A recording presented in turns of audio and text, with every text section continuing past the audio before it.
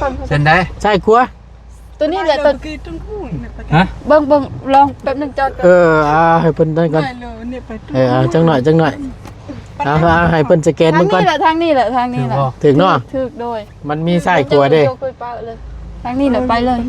จุดไหนเขายานงัวเข้าเด้เขาเลี้ยงงัว แต่ว่าน้องนี่เพิ่นจักอยู่แม่นบ่ เปิดแล้ว มีในบ้านพร้อมบ่ ให้แล้วก็ลงได้ จะเปิด ลงมา ฮอดแล้วบ้านนี่พี่น้องแทบสิบ่เชื่อเลยนะมึงนี่เนาะ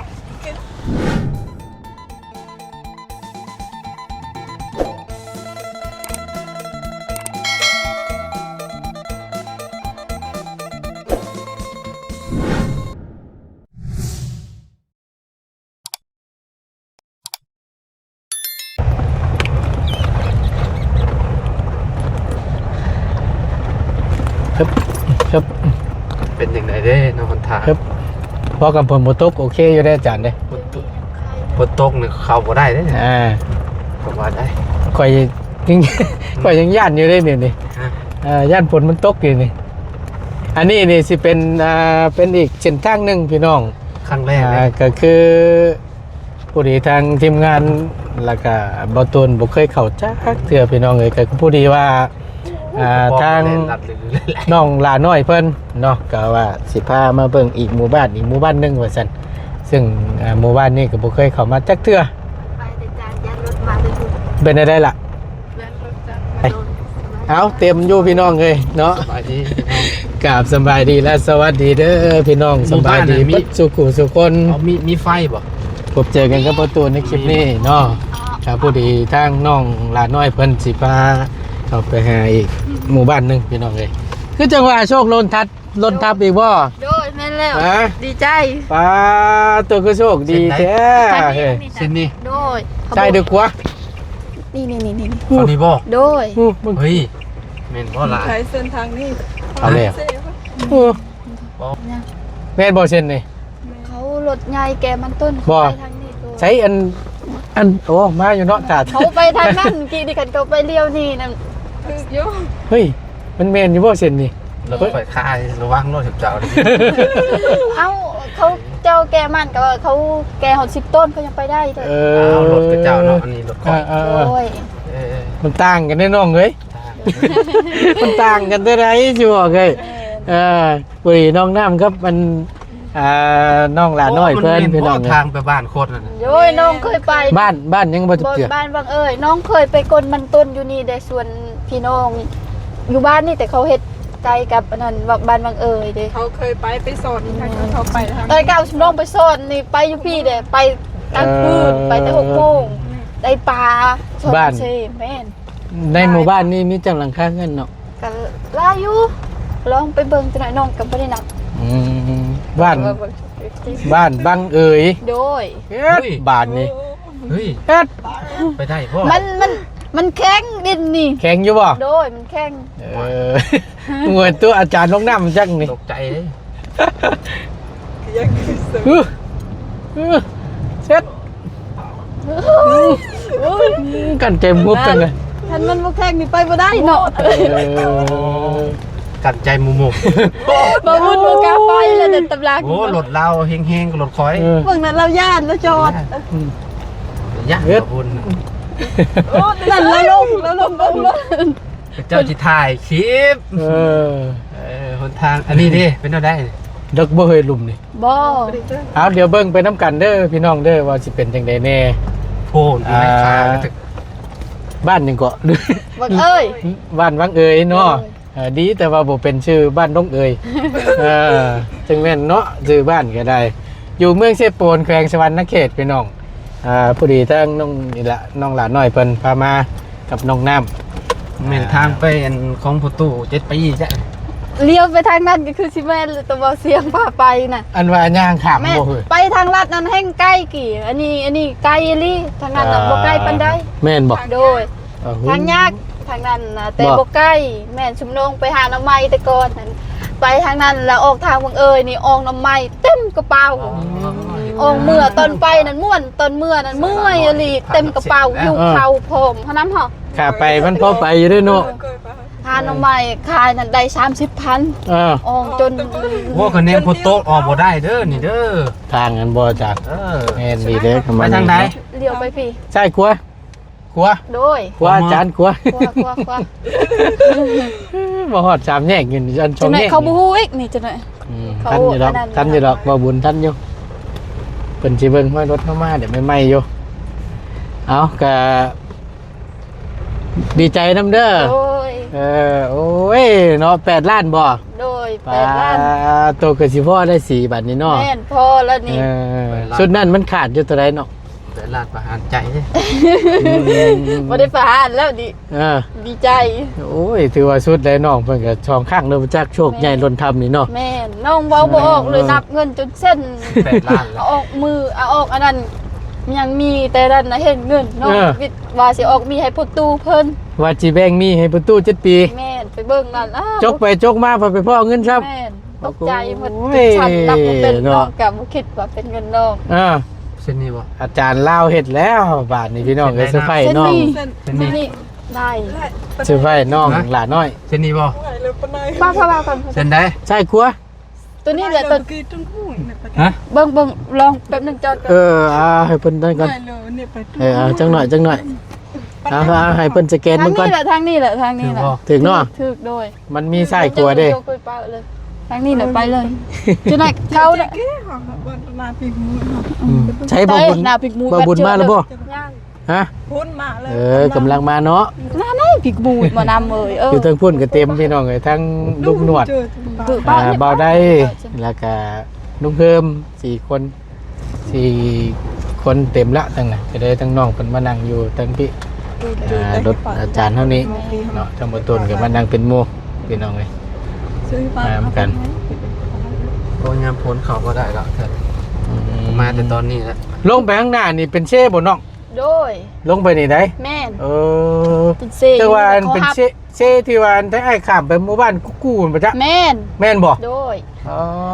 เขาได้ปลาได้เขาได้ลายได้เขา บ่ แม่น เขาเฮ็ดได้ใส่หมองบ่ โอ้โหคือการเห็นเขา เขา บาง ไป มือ การซื้อเขายิ่ง เขาได้ปลาโจยกิกะ เออ คือกว่าทานบืนคือท่าบืน เสียปลาส อีกไกลบ่ เสียบ่ใกล้แล้ว สิฮอดแล้วบ่ แม่น อันหมู่บ้านนี่มีไผผ้าอยู่บ่น้อง บ่มี บ่มี โดย เขาอาศัยไผคือสุ่มอายให้น้องน้ำ บ่ ไผมีหยังตัวนั้นน่ะ ไผโซลาร์เซลล์กันบ่ แม่น เออ ก็บ่ได้ลายหลังคาใด อยู่ในนี่นะ แม่น อืม 2-3หลังคาได้ไฟแบบนั้น เอาเดี๋ยวเข้าไปเบิ่งไปชมกันพี่น้องเพื่อโอกาสหน้าพระใหม่เนาะหรือว่ามีเครื่องมีของกะเฮาก็สิได้เข้ามาแจกหมู่บ้านใหม่ๆแน่หั่นนะเดี๋ยวเข้าไปเบิ่งน้ำกันว่าสิเป็นจังใดหมู่บ้านมีจักหลังคาเรือน เดี๋ยวไปเบิ่งไปชมน้ำกันพี่น้องพุ่นแหละในระหว่างการเดินทางทั้งหมดตูนก็ถือโอกาสถ่ายพี่น้องได้เบิ่งนะครับชมน้ำกันอีกสักครั้งหนึงเนาะก็ถือว่า อย่าใจถักดะไว้นี่ตาว่าเราไปคน ไม่ยัง มันต้นเป็นเงินฝนตกเพิ่นหักกระปุก นะ เพิ่นหักกระปุก อันนี้นะ ตัวนั้น โอ้ ไว้นี่แบบว่าฝนตกคงมันต้นของน้องนะปลูกยามแดดเด้อันนี้ปลูกยามฝน ใจทั้งตัว มันโดดติดไว้เนาะ แม่น แป๊บเดียวป้าบุกคิดว่าสิมีหมู่บ้านในพี่น้องเลยนี่ อยู่ในป่าในดอนก็มีหมู่บ้านคน แม่นคันบูนี่ไปบ่ฮอดแล้วเนาะ นะข่อยบ่ฮู้เนาะ ถ้าบริคิดได้ไอ้แท้ไอ้บริคิดได้ว่าสิมีหมู่บ้านนี่นิ่งมีเฉยเนาะ โดย ลึกลับไปเลยเนี่ยคือทางไปให้ไปชวนนี่แหละทางไปเข้าบ้านก็ได้ปึ๊บ ไปฟังเป็นจุ่มกัน เข้ามาเลยว่ะ โอ้โอ้โอ้โอ้โอ้โอ้ ดีแต่มันเป็นแบบไม่นะ ติวอ่อนเนาะ ตีแก่เดี๋ยว ติวแก่นี่โปรแห้งแล้วลายอ้อยได้เนี่ย โอ้ยเนาะ ใช่ เดี๋ยวได้ ปึ๊บปึ๊บปึ๊บอุ้ยทางนี้กั้นใจน้ำอยู่ทางนี้ แม่ เออ ขูดซีมันเด้ กั้นใจน้ำอยู่ทางนี้ บ่ได้กั้นใจยันสีรถอาจารย์มัน ยันสีโดดอาจารย์ตลอกบ่ โดย ในนอนได้พี่น้องเลยเขาว่าทางแคบนั่นนี่เฮ็ดน้องใส่แล้วน้องเพื่อนเจ้านะห้องน้ำนะ ใกล้สิแล้ว สิแล้วหรือบ่ ด้วย เอาดีแล้วสิได้ใส่ได้สวยคือหมู่เนาะ ด้วย ฟ้าลงฝนสิตก นี่ แหละ เป็นพี่ปลาซ่า ฮะอยู่ใช้ล่ะ คุณ พุ่นโตกบ เค ไม้ ยเขาอยู่ ผีภาษา ฮอดละบ่นี่ โอ้ย ฮอดบ้านคนแหละ ใกล้แล้ว ใกล้แล้วเนาะ ใกล้แล้ว ถ้าเห็นผีภาษาเนี่ยคือสิใกล้แล้วต้องประตูนเบิ่งนี่คือสิฮอดแล้ว ตาไป คุณบ่ ไปบ่ บ่อื่นก็นี่แม่น้องก็ไปหาหน่อไม้นี่เขาอยู่ปีภาษาเพิ่นบ่ญาติเด้ ไผ แม่น้อง ว้า เขาไปหาหน่อไม้เขาอยากขายเลยเขาได้เงิน เออ ไปหานั่น ถูกมือ น้องแม่ถึกแม่น้องตัวตลอดเพิ่นบอกว่าบ่แม่สิบ่ได้พาไปหาบอนผู้พังผีบอนนั้นคนยานเด้ชุดลายเด้คนที่เขาบ่ยานนั่นเขาไป เลย แล้วเพิ่นก็บอกว่าบ่พาไปดอกปัดไปมาเขานั่นบ่ไปก็คือมั่ง เออ สิเมื่อก็บ่ได้เออ จำเป็น แม่ จำเป็นต้องได้ไป แม่นตัวให้น้องเข้าอยู่พี่เพื่อนน่ะยานแท้ยานว่า เออ เฮาสิว่าเฮาสิย่างบ่ได้ก็เห็นแต่คุมย่างบ่ได้ก็จนบ่มีหนทางสิเหยียบ แต่หน่อไม้นี่หลาย เออคิดเห็นเอาไว้นะแม่นลืมหมดผีบัดนี่ แม่ เออ ย่านก็อดแบบว่าหาทางใดก็หมดหมู่หาเด้ เออ เหลือแต่บอนเดียว เดี๋ยวแต่หมองเดียวที่ยังบ่มีไผเอา แม่นก็ไปก็4 5คนคือกันบ่แม่น2-3 คน เออ 4-5 คนก็ย่านแล้วหาไผหามัน แน่เบิ่งมีแต่คุมบ่ติ แม่นเด็ดหน่อไม้ก็อยู่เด็ดบ่เสียสละอยากได้เงิน30ดิโอ้ยหัวจนร้อน เออบ่ติแหล้วเนาะ แม่น เบิ่งในพี่น้องกับถนนหนทางนะสิแล่นน่ะเนาะ แต่ แต่ เป็นถนนดอกอันนี้นะ เมนอีหลีน่ะฮอดแล้วน่ะพี่น้อง ไปได้ ฮอดแล้วน่ะป้ามีเครื่องนี่มาแจกอยู่ เจ้า นี่ คือ เนาะ อันนั้นเจ้าคือหลอกผัวเมีย แบบว่างัวเด้เขาย่านงัวเข้าเด้ อ๋อ เขาเลี้ยงงัว เออมีหมู่บ้าน เขาเขาบอกว่าไปเด้มานี่ เขาบ่เคย เขาจื้ออยู่นาน้อง แต่ว่าน้องนี่เพิ่นจักอยู่แม่นบ่ แม่ เปิดแล้ว มีในบ้านพร้อมบ่ ก็ให้แล้วบ่ไง จะเปิด เบิ่งนำมา เออฮอดแล้วบ้านนี่พี่น้องแทบสิบ่เชื่อเลยนะมึงนี่เนาะใช่ เปิดบุเป็นบ่ เปิดบ่เป็นงัดเอาลงบ้านนี่ไล่อยู่นอก เยอะนะ ฮาจ้ะมีเฉยพี่น้องเลยทักแน่ลีนี่ ฮะจังว่าแล้วนี่น่ะ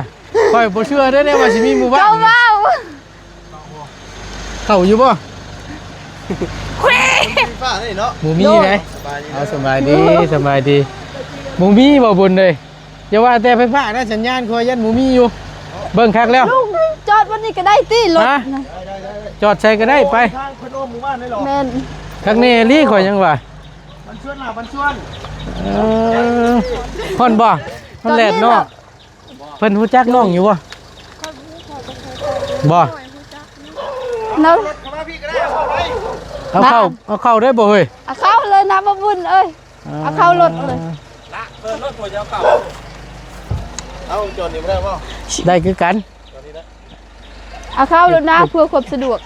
หรือว่าจะเอาเข้าก็ได้แล้วแต่อืม ยิงลุงเฮิม อ๋อเพิ่นอ้อมไปเพิ่นเลยเนาะหัว โด เนาะ ย อ้าวไผคือกอดคอกันคักแท้น่ะดวง แล้วนั่นได้คนอยู่ในบ้านนั่นเด้ ฮะ คนผู้ใดบ้านใช่นั่นนี่ อันนี้นะเอามาวันพี่บ่น่ะ โดย ปาดโต เนี่ยนาทายย้อนทายอ่ะ แต่ละหลังคาพี่น้อง น่า โอ้ยบนต้นยังมีเครื่องในรถ ได้ มาแจกนี่พี่น้องเอ้ยเป็นถุงยังชีพเลยแต่หมู่บ้านมันก็บ่ได้หลายปานใดเด้ออัน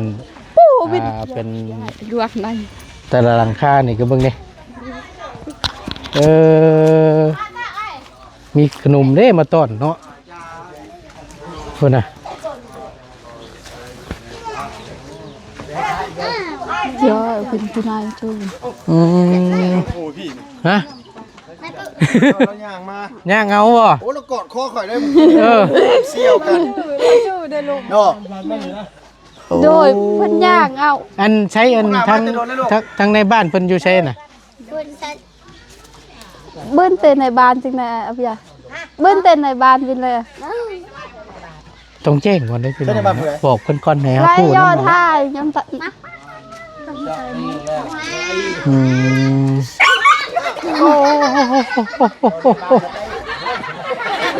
โอ้เสียวอยู่อุ้ยหมักมีเนาะชักเนี่ยลุงมุกใจเท่ามึงนี่ สบายดีเด้อ โดยสบายดีลุงมากไปช่างลกแท้มีหยุดกาน้ำห้อนพุ่นละผู้ห้อยต้นอยู่ ทางสี ฮะ ทางสี ผมเห็นผู้ใดทางซีต่างหาก โอ้ โอ้ยพุ่นกาน้ำห้อนแล้วนะ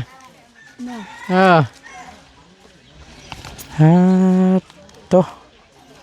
ลูกหลานลายแท้นี่มีบ่แน่ว่าแจกลูกหลานน่ะ ฮะ ลูกหลานลายใช่บ่นี่น่ะ คือต้มขนมอยู่ท้ายรถนั่นแล้วคนเรามีคนละห่อสองห่อก็ว่ากัน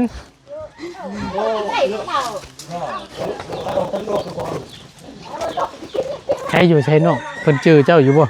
ก็จื้ออยู่ หึ เขาจื้ออยู่ เพิ่นจักเจ้าอยู่บ่ โดย ใครอยู่จ้ะ บ่จัก อ่า บ่จักนี่เขาย่านเลย แม่นบ่ โดยเขาย่านเลยแบบว่ามาแบบบ่ฮู้เนาะ บ่แบบบ่มีไผมาเนาะ โดย สบายดีเพิ่นว่ามีอยู่10ปลายหลังคาว่ะ เนาะอันนี้ได้ก็ไปไหนแล้วก็ ตดมีอันถุงชีพมาแจกเด้พี่น้องเอ้ยเอ้ามัน เรื่องกำลังยาก แม่น เนาะ มันกว่าน่ะแต่ละรังน่ะ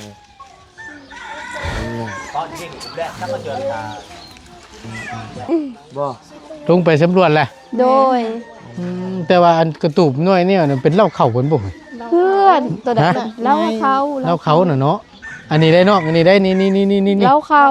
แม่นบ่ โดย อันต้องย่องกันได้ แม่น เพิ่นเฮ็ดคือว่าสูงเป็นแต่น้อยเนาะ เนาะเดินลังยาแบบรุ่น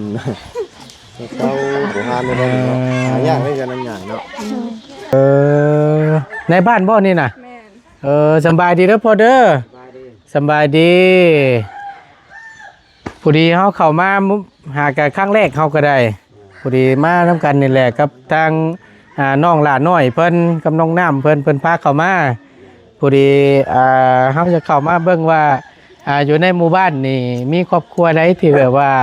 แบบครอบครัวแบบว่าเพิ่นทุกข์ยากอีหลีน่ะแบบหนักชุดอีหลีน่ะ ย่างนี่แล้ว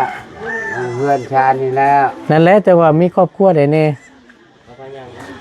เพื่อนนี่ก็ทุกข์หลาย เอ หลาย อ นี่ บ่ ก็จะทุกข์เบิ่ง เ เฮียแล้วบ่ได้เพื่อนอยู่ก็ได้เนี่ย พิ่นอยู่กับไผนั่นน่ะ ฮะ เพิ่นอยู่กับไผ ครอบครัวแล้ว ลูกเต้าบ่ โดยลูกเต้า อืมผู้ดีว่าเฮาซื้อบ่ตูนเด้อเฮาซื้อบ่ตูนผู้ดีเข้ามานี่ล่ะผู้ดีน้องเพิ่นว่าไปเดี๋ยวอันสิพาอ้ายเข้าไปเบิ่งหมู่บ้านหนึงว่าซั่นอันหมู่บ้านอันนี้เป็นหมู่บ้าน ฟังเอ้ย หมู่บ้านวังเอ่ยเนาะ โดยในบ้านพุ่นอยู่บ้านดงใหญ่พุ่น อยู่บ้านดงพุ่น โดย แต่ว่าทั้ง อันนี้คุ้มบังเอ้ย คุมวังเอ่ย โดย แต่ว่าก็ขึ้นอยู่กับพ่อคือกันเนาะดูแลลูกบ้านอยู่ในนี่เนาะ โดยหมดบ้านเนี่ยขึ้นน้ำพอนี่นะ อ่า ขึ้นน้ำพอนี่ โดยผู้ดีทั้งประตูนี่ต้องแจ้งก่อนได้พี่น้องเลยเพื่อว่ายามเขาเข้ามาบรรณาก็สิได้ง่ายหั่นนะแจ้งให้ผู้นำถ้าเกิดว่าเป็นอย่างมากแล้วก็สิได้ปลอดภัย โดย เนาะต่อตัวเฮานี่แหละผู้ดีทั้งทีมงานเฮาเป็นอันทีมงานนี่ช่วยเหลือเด้อผู้ทุกข์ยากได้นี่แหละเด้อ โดย ทีมงานบ่อเตียงทองเคยได้ยินอยู่แล้วอ่ะ ยินอยู่ เคยได้ยินอยู่เนาะทางเฮาก็บ่คิดได้ว่าสิมีหมู่บ้านใดนี่น่ะ นี่นะ ทางเข้ามารถก็นึกว่าบ่แม่นทางเข้าหมู่บ้านซะดอก เลยได้ทุกอย่างนั่นแหละ บ่แบบว่าเพิ่นนักกูหมู่ดีในหมู่บ้านเนี่ยมีจักหลังคาเรือน เขาได้ใบทุกอย่างนะจะราคาเพื่อนนะ อันทั้งเบิดทั้งมวลนี่มีจักหลังคาเรือนนี่ 17 17หลังคาเรือน โดย ก็ถือว่าบ่หลายปานใดเนาะ17หลังคาเรือนหนึง เขาให้อยู่ทางเฮาบ่ได้อยู่เฮาทุกอย่างเฮาอยู่ลักลีแบบนี้นะสบายหากินหาครบนั่น เป็นหยังคือจึงมาบอกอยู่ทาง เขาให้หญ้าอยู่ทางเลยเก่าเขา อ้าว รู้ว่ารักอายเขาบ่ทุกอย่าง ย้อนความทุกอย่างนี่ โดย ก็เลยตัดสินใจอยู่ในลึกๆพี่ อยู่ในนี่แหละ บ่ยอมออกไปอยู่ทางนอกพุ่น บ่ยอมแหละทางเจ้าเมืองก็หายออกเฮาก็บ่ออกเฮาว่าอยู่นี่แล้วหาเช้ากินแรงอยู่นี่แล้วหาผักหาหญ้า อ๋อ ขายแล้ว อื กิน ม ได้ข้าวป้องกินแล้วพอเฮาเว้า โดย บ่ว่าว่านี่เรื่องหักนี่หักบ่ได้เฮาเว้า เอาสิเว่าง่ายๆก็คือจังซี่พี่น้องก็เพิ่น แต่โบราณเคยพ่อเคยแม่อยู่ อ่า อยู่สมัยตั้ง อ่า รุ่นปู่รุ่นย่า โดย ก็เพิ่นก็บ่อยากปะทินฐานเนาะ ปะทินทาน อยากอยู่หม่องเก่าหม่องเดิมที่ทำมาหากินเนาะ อันนี้ลาวผู้นั่งกันลาวก็มีหยังนั่งจะงกอยู่เฮือนนะ อันนั้นบ่ โดย ผู้ชายผู้เพิ่นนั่งแก้เสื้อนะ โดยเพราะว่ามันผู้อยู่ประตูอันผู้ลงเชื่อถือหมวกค่ะ อ๋ออยู่เทิงนั่นบ่ โดยอยู่เทิง เราอยู่ผู้เดียวเราบ่นั่นน่ะ โดยบ่มีเมียละ3คน ลูกเต้าเพิ่นได้ซะ ลูกเจ้าก็อยู่หากมาแล้ว อืม เจ้าก็ อืม แน่แต่ลูกหลานนั่นแหล้วผู้เบิกผู้แยง พอได้ลูกได้หลานเบิ่งแยงเนาะ โดย ในหมู่บ้านนี่หมูมีไผเนาะหมูมีไผค่าเนาะ ไผน้ำอย่ากินก็บ่ได้กินน้ำเช กินน้ำเชเอา โดย น้ำใส่น้ำซอยก็แม่นอยู่น้ำเชนี่บ่ น้ำใช่ อ๋อ อาบก็น้ำเชกินก็น้ำเชนั่นแหละ ทั้งกินทั้งอาบเป็นอยู่ในน้ำเชหั่นเลย โดย โอ้ไกลเตอร์โบลงจากนี่ไปก็ได้ ในได้50 เมตร จากนี่ลงไปแคมเชน่ะนะ โดยแทงเชเลย เออ มีกินก็บ่ได้กินน้ำเชเองแล้ว บ่ โดยยามนี้ก็นี่กินน้ำข้นนั่นน่ะ แล้วกินแล้วน้ำใส บ่ โดย โอ้ยเนาะพี่น้องนะอันนี้ก็เป็นเฮือนในบ้านเด้อพี่น้องเด้อ เนาะ เฮือนในบ้านซึ่งขึ้นอยู่กับเราเบิดแหละอยู่ในนี่ลูกบ้านเป็นอย่างมากแล้วก็แม่นนี่แหละอยู่กับเรานี่แหละพอฉันแล้วบ่ตูนก็มาแจ้งให้ทางพ่อเพิ่นรับผู้ก่อนเนาะมื้อหน้ามื้อในเฮาเข้ามาจังสิได้สะดวกสบายเนาะ โดยผู้เดียวเข้ามาเบิ่งมื้อนี้ก็ได้โตคักแน่ดีพี่น้องเอ้ยอันนี้ก็เนาะเตรียมเสียเทือนไม้บ่ไม้คือหลายแท้ ไม่เขา ไม้ไผน่ะ ไม่เฮือนนี้ อ๋อเพิ่นมาฝากไว้บ่ ครับอันนี้เราจะเฮ็ดเฮือนใหม่อยู่แยกแต่ครอบครัว ออกขึ้น มีชามครอบครัวเด้อยู่นำกันบ่ได้ ออกขึ้นตั้งบ่ เฮือนจ้า อยู่จังสำบายเนาะ ไม่อยู่เฮือนเฮา เออ ให้เพิ่นยานพ่นนี่เด้ยังเฮ็ดบ่ได้ยังเพียงพอเงินนั่น โอเคสั่นพี่น้องเอ้ยเนาะ เออ เอาเดี๋ยวทางบ่ตูนสิเบิ่งอีกเทื่อนึงเนาะ โดย อยู่ดีมีเองเด้อพ่อเด้อโดยเดี๋ยวพุ่นละเดี๋ยวจังหน่อยจังไปหาเบิ่งมีมาอยู่ท้ายรถเฮาพุ่นแหละเฮาบ่ได้เอาเข้ามาชับเนาะจอดไว้อยู่พุ่นแหละพี่น้องเอ้ยไปบ้านนี้อยู่ดีมีเฮงเด้อเดี๋ยวเฮาเลาะเบิ่งก่อนเด้อโดยโอเคพี่น้องเอ้ยทั้งบ่ได้เข้ามาอีกหมู่บ้านหนึงเนาะทางบ่ตูนและทีมงานก็บ่เคยเข้ามาจักเทื่อพี่น้องก็เป็นครั้งแรกนี่ก็ได้ อยู่ในหมู่บ้านนี่17หลังคาเรือนโบมีไฟฟ้าโบมีสัญญาณสัญญาณนี้เบิ่งประตูนใส่เบิ่งพี่น้องตัวอีขึ้นเลยเรียบร้อยเนาะนักเลยพี่น้องเลยติดต่อบ่ได้เด้อกำเข้ามาหมู่บ้านนี่ก็ได้โอเคพี่น้องเดี๋ยวเลาะเบิ่งเลาะอันแต่ละหลังคาเนาะขอบคุณหลายๆพี่น้องที่เข้ามาเป็นกำลังแห่งใจและติดตามมาชมคลิปโดยบุคามโฆษณาเนาะเป็นหมู่บ้านใหม่ๆเด้อพี่น้องเด้อเปิดชักกะลาดใหม่เวอร์ชันซะเนาะฝากพี่ฝากน้องเป็นกำลังแห่งใจและติดตามชมคลิปให้กับบ่ตูนเด้อพี่น้องเด้อขอบคุณหลายๆอยู่ดียิ้มแย้งพี่น้องสบายดีเด้อพี่น้องไป